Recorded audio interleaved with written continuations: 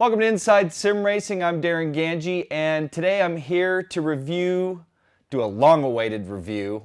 Well, I know a lot of you have been waiting a long time for this shifter to come out. The TH8A shifter by Thrustmaster.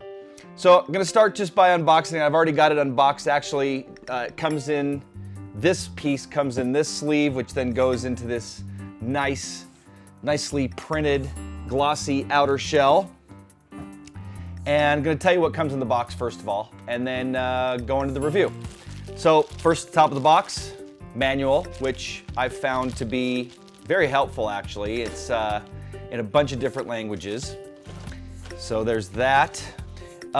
First up, the sequential shift plate. Give you guys a shot of it there. And let's see what else we got here. This is the DIN plug that allows you to plug it directly into the TX or the T300 base. This is the USB port or plug. So you plug this into your TH8 shifter, TH8A shifter, and then that goes into your USB port. And I'll tell you about compatibility here in a minute. Now let's get the shifter. Here's a shift knob, which is interchangeable. You can go and get an aftermarket shift knob, which I've done, and I'll show you guys that. Little tool kit comes with a hex wrench and 2 extra hex screws. And those are extra. I don't think there's any particular need for them other than if, just in case you lose them, you'll have them. And the shifter, of course. As you can see, it's got just the short plug, which I think this is a DIN plug too. Correct me if I'm wrong, I apologize.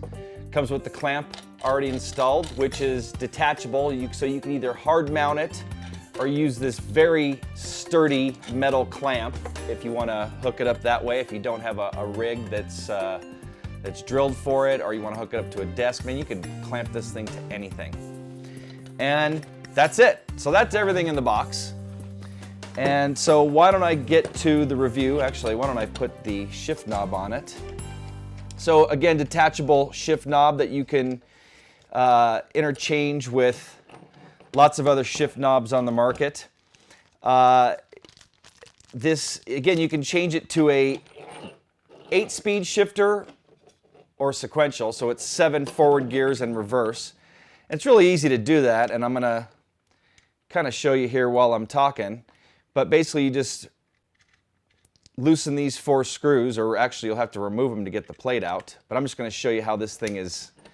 You can basically mount it any direction in a 360 degree.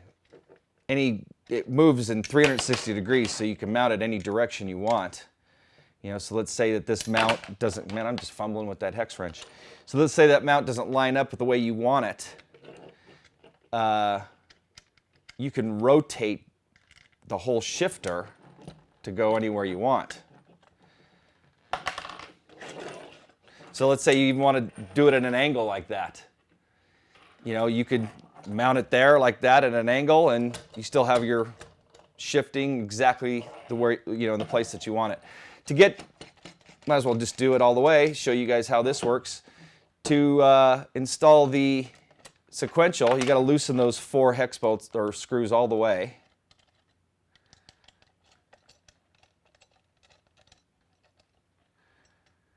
And then that sequential plate goes on a certain way. I've got to go a little looser here.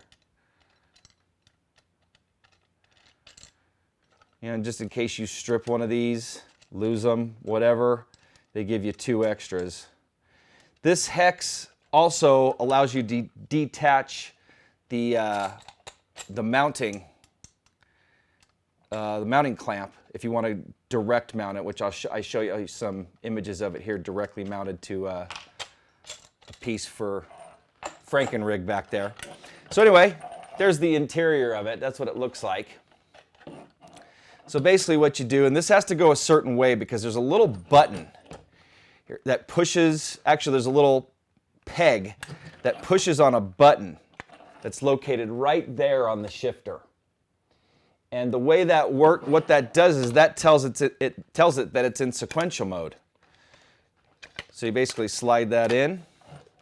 You can only line it up one way. It fits the way it lines up on the base. It only allows you to put it one way. I'm not going to screw this all the way in so I can get to my review here, but really that's how quick you can change it to sequential mode. Just remove those 4 screws. And same thing, you can turn this any direction that you want, as you can see here. So if you need it at an angle, you can do that, whatever you want. And bam, you're in sequential mode. So, why don't we get to some specs here? Some things that I already talked about. It's got the realistic gear shift knob that's detachable, and you can go to your local auto parts store and find a replacement. Now, they say this is a standard threading, but the replacement I got, it was 20 bucks for a kit for pedals and the shift knob. And the shift knob basically had these little plastic inserts that then attached, it didn't actually screw in, but one of the attachments fit directly over this threading and works like a champ. So I'm sure you can find it's 13 centimeters tall, but I'm sure you can find knobs that would screw directly into that. Let's see what else. 2 shift plates, talked about those. 100% metal internal mechanism, 100% metal stick, and a metal clamping system. It's got the Hart or Hall Effect Accurate technology, and basically what that means is that it's contactless magnetic sensors inside the shifter, so there's no tack switches or potentiometers, so there's basically an unlimited product lifespan. So let's see, what else do we got here? Upgradable firmware and internal memory with gear shift travel adjustable to your preferences. So you have to get this piece of software at Thrustmaster's site. Small download. I think it was under 100 megs. I may be wrong, but anyway, I downloaded. I'll show you some footage of me using it here. But it actually allows you to adjust the travel or the throw of the gates. So if you want to shorten it to where basically as soon as you get inside the gate, it shifts gears, you can do that. Or you can make them longer if you want. So, and what that does is it'll save it to the firmware inside the shifter. And you know, you have to do that on a PC. You're not going to be able to do that on the console. And then you're going to be able to take that and hook it up to your console, and it's going to remember those particular settings or that particular shortness of throw. Another thing you can do too in that software is, well, let's say you're not using a 7-speed shifter and you only want 5th gear here, and let's say you accidentally go into 7th, you can actually merge those 2 gates in that software. So if you accidentally go into 7th, it'll shift into 5th for you. Same down here, you can merge 4th and 6th. You can merge 3rd and 5th. So if let's say you just wanted a 4-speed shifter, you can actually merge those gates, or let's say you wanted to, whatever. There's just lots of different options for you to choose from. That software is really cool. I don't think we talked about it in the past, but in the manual, it talked about it, and I thought, you know what, let me check this out. And it allows you to calibrate it, make sure everything's working properly, and make those adjustments if you'd like. Next, there's an adjustable tension, and you take a flathead screwdriver, and you go in there, and if you look, I had to take a flashlight because it's not right up against this hole here. So I had to take a flashlight. Actually, I used my cell phone and use the light on the cell phone to look in there. And there's a flathead. You need a pretty beefy screwdriver, you know, obviously one that's not too big, so it's going to fit in that hole. And what I've found is that if you have it this way, it's actually, this is where you have to have it turned a certain way to get to that tension adjuster. I've noticed that if you just move the shifter a little bit in the neutral towards the taller gears, you have better access to that flathead screw tensioner. Turn it to the right, it tightens up the tension. Turn it to the left, it loosens up the tension. Mentioned the clamping system is 360 degrees, so you can turn it any way you want. And then an optimized mounting for any type of support. So you can use the table clamp, which can go pretty wide. Or take this off. There's 3 hex screws down in there. And it gives you M6 bolt mounting points to where you can then mount it to whatever you want. Drill some holes if it doesn't come. Some of the most recent rigs have those holes already drilled. So, and I've only had to use 2, as I'm showing you here. I've only had to use 2 M6 bolts to attach it, and it stays stable as can be. Let's talk about compatibility. Actually, let's talk about availability first. Shifter's going to be available by the end of August of 2014. It's going to retail for €149.99 or $149.99 US. Most likely that's not going to include shipping. I'd probably find it on Amazon, a few different e-tailers, but that's how you're going to get it. And now let's talk about compatibility. This is probably the most cross-compatible shifter on the market right now.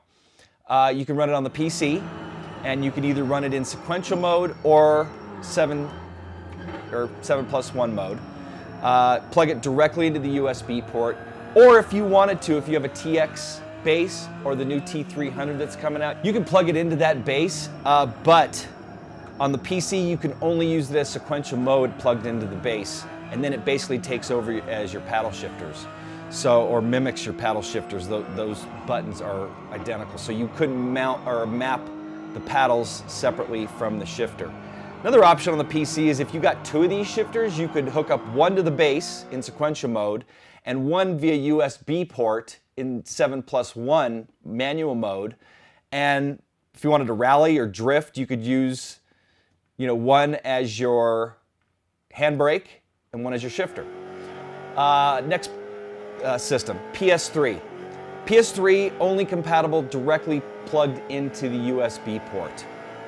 And then you can use it as a 7+1 or sequential, and compatible with all Thrustmaster wheels.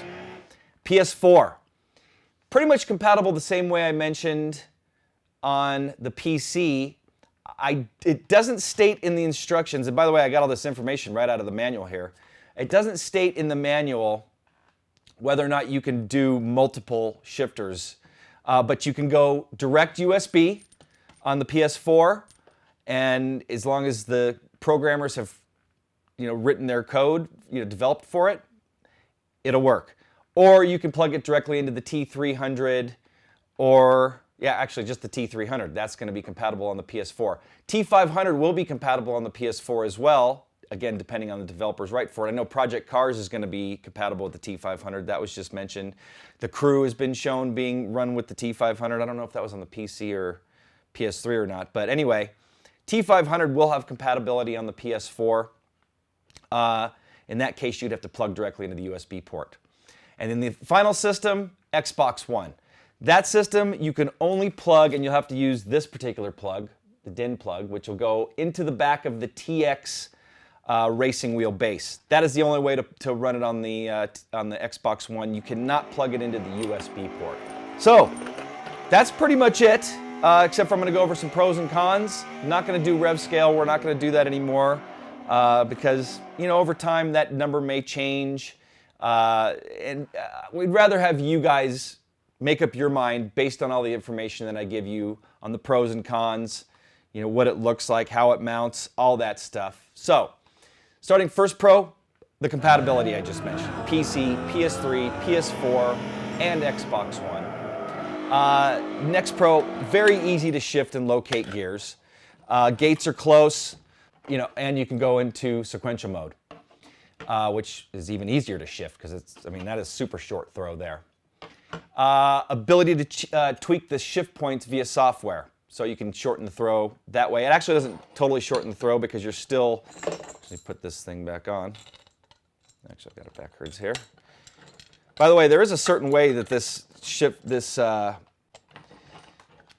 8-gate goes on, because in a shifter in a real car, 3rd and 4th speed are always straight up from complete neutral. So if you're just in dead neutral and you shift straight up, that's third, and fourth will be straight down. So you can't mount the plate the other way.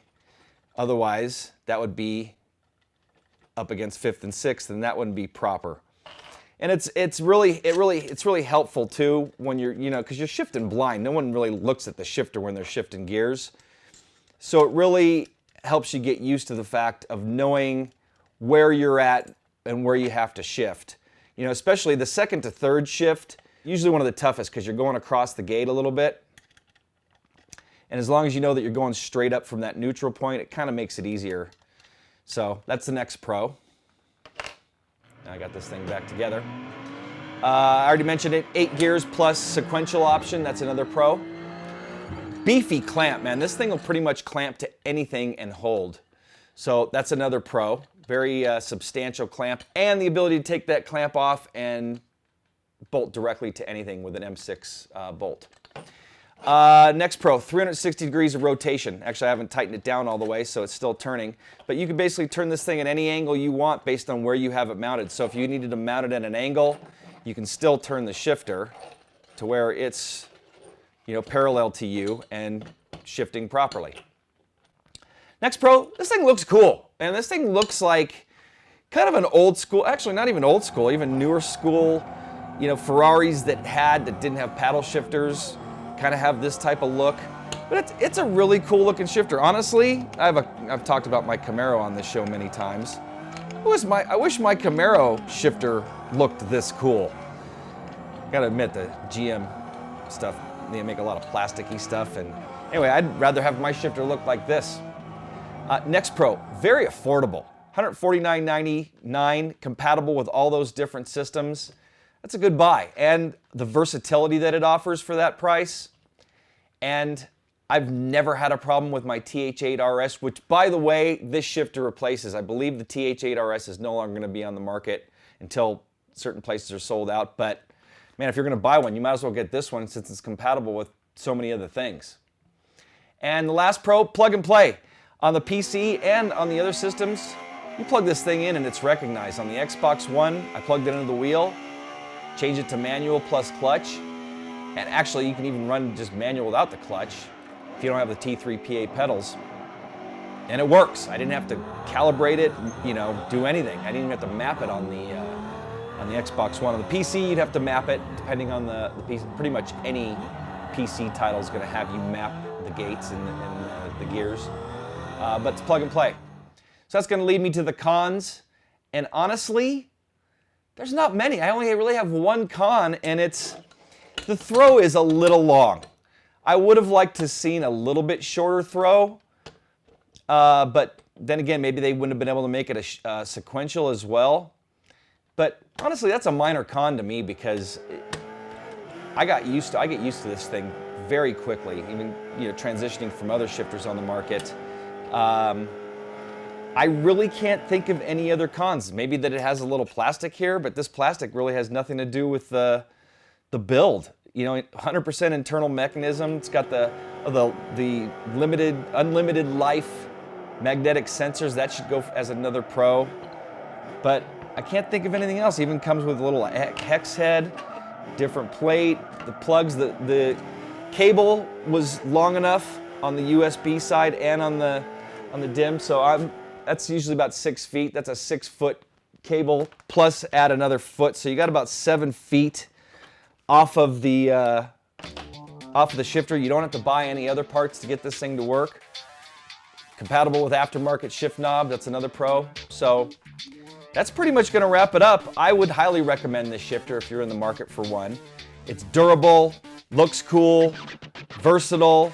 Especially if you're a console and a PC racer, so you can go back and forth, because now it's compatible with all next gen and even previous gen, at least one of them, the PS3. So I'd recommend it. That's going to wrap things up. If you'd like to come to our website, we'd really appreciate it. I got a link right here that you can click on if you're on your PC or if you're on your mobile or a tablet. Come to us at isrtv.com, visit us on our forums, come and discuss this shifter or anything else on in the sim racing world, either on the console or the PC, software, hardware, you name it. Also, come visit us at Facebook. Like us on Facebook, follow us on Twitter. We have daily news that's being posted, cross-posted on our website, Facebook, and Twitter. So if you want to keep up to date on what's going on in the sim racing world, we probably have it for you. We cover, like I said, all the software and all the hardware there is. So hopefully you've enjoyed this review. Hopefully you've got enough out of this. Again, if you have any questions, feel free to ask me. I answer questions on YouTube. Subscribe to us here on YouTube. I'd really appreciate it. And like this video if you liked it. Just click that little thumbs up button for us. But ask me questions here on YouTube, and I check those daily and try to answer every single question. So love to hear from you. Anyway, I'm Darren Ganji for Inside Sim Racing. I'll see you guys next time.